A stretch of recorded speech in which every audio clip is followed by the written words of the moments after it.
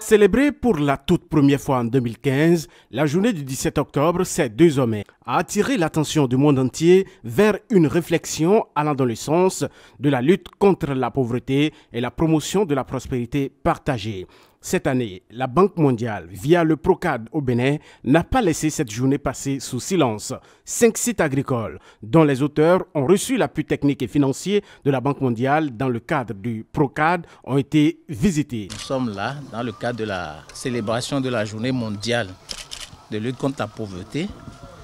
Et le projet qui est, disons, sous financement Banque mondiale est en train de faire, disons, ce jour une tournée pour, disons, parcourir les réalisations qui sont faites au profit des promoteurs qui sont appuyés. C'est des projets qui sont conçus pour contribuer à la restauration et à l'amélioration de la productivité et aussi à l'amélioration de la plus-value, notamment des filières qui sont des filières phares, à savoir l'anacade, l'ananas, il y a aussi le maïs, le riz et l'aquaculture.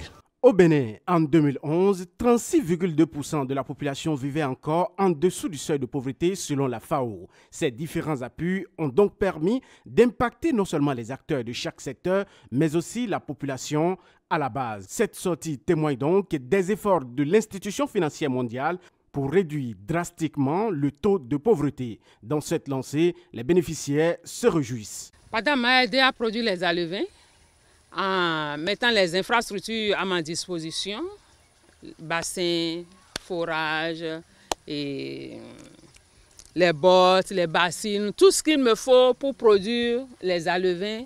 PADA a mis tout ça là à ma disposition. Donc moi je produis les alevins, je les vends et je les...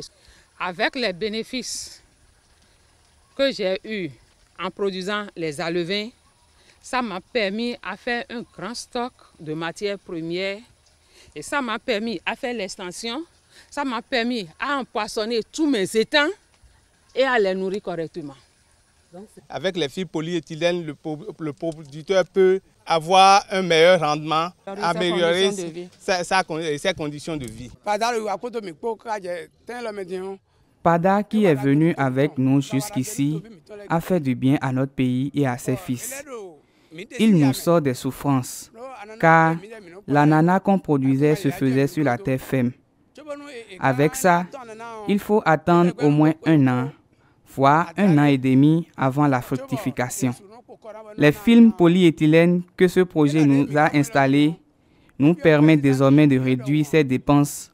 En plus, la période d'attente est réduite. En 1 an au plus, on peut récolter. 1 an après encore, on récolte sans les dépenses qui se faisaient entre-temps.